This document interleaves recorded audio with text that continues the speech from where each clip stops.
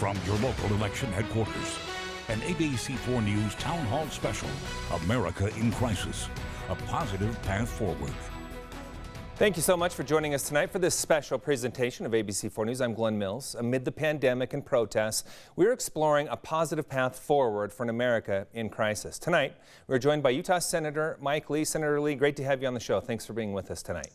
Thank you, Glenn. It's good to be with you. Good to be with you as well. We want to begin with the question, moving forward, this is on many people's minds. How will you help people who have been devastated financially by this pandemic? Let's start with a potentially second round of stimulus checks based on the same criteria as last time. Would you be in favor of that? Well, I think what the American people and the people of Utah need now more than ever is the freedom to earn a living, to do what they do best, and not necessarily another check printed by the government based on money that's been borrowed from future generations. Utahns are overwhelmingly ready to get back to work. And we still need to monitor hospitalizations and the spread of the virus to make sure that we keep testing and so that we know what's happening. But the Utah economy really needs to get Utahns working again. There's no substitute for that. No doubt about it. We have seen tens of thousands of Utahns lose their job, millions of Americans across the country in that very same boat. And it appears at this point the coronavirus is not going away anytime soon. So with that in mind, as the senator from Utah, what can you do? What steps can Congress take to help get Americans and Utahns back to work? Well, I think there are a lot of things that we can do, including the fact that we need to help our charitable organizations. I see there being really three layers to our social safety net in this country. The first level consists of the family. The second level consists of charitable organizations. The third level consists of government. If you take out any one of those three legs of that stool, you're going to have problems. Our charitable organizations in our country and throughout Utah are going through an especially difficult time right now. First, because those who are serving the most vulnerable populations in our state are seeing increased demand for their services. And this is happening at the exact same time when those who are ordinarily the ones who fund those organizations are not donating as rapidly. And we've also at the same time seen that the virus itself has disrupted the way that many of these organizations deliver their services to those that they're designed to help. Congress can help here in a very real and meaningful and immediately tangible way by allowing all taxpayers to claim a greater portion of their charitable deductions for tax years 2019 and 2020.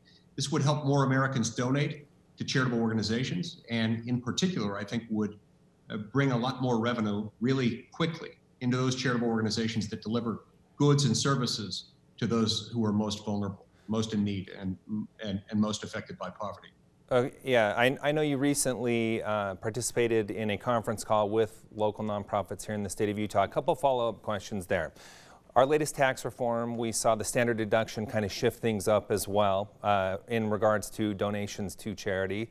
So what type of figure are you looking at here being allowed to write more off as far as charitable donations go? Yeah, we want to increase what people can contribute and allow them to contribute it above the line, meaning for those who make too little money to qualify for itemized deductions. They're currently getting almost no benefit. In the last round, we allowed them to claim up to $300 in above-the-line charitable contributions for those who are utilizing the standard deduction.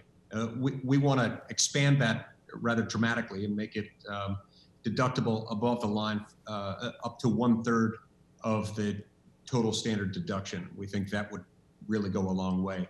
We've got a pretty broad-based bipartisan group of support behind this. I'm one of 6 senators, 3 Republicans and 3 Democrats, who are spearheading this issue, and it's gaining a lot of momentum. Okay, Senator, real quick, our time's running out in this segment. We'll have you back for a few more, but first, we've met with local businesses here in the state of Utah that have had to shut down for good due to this COVID pandemic, and others are worried they're going to have to do the same thing. Are you concerned about the way the economy might look even once we get things up and going again?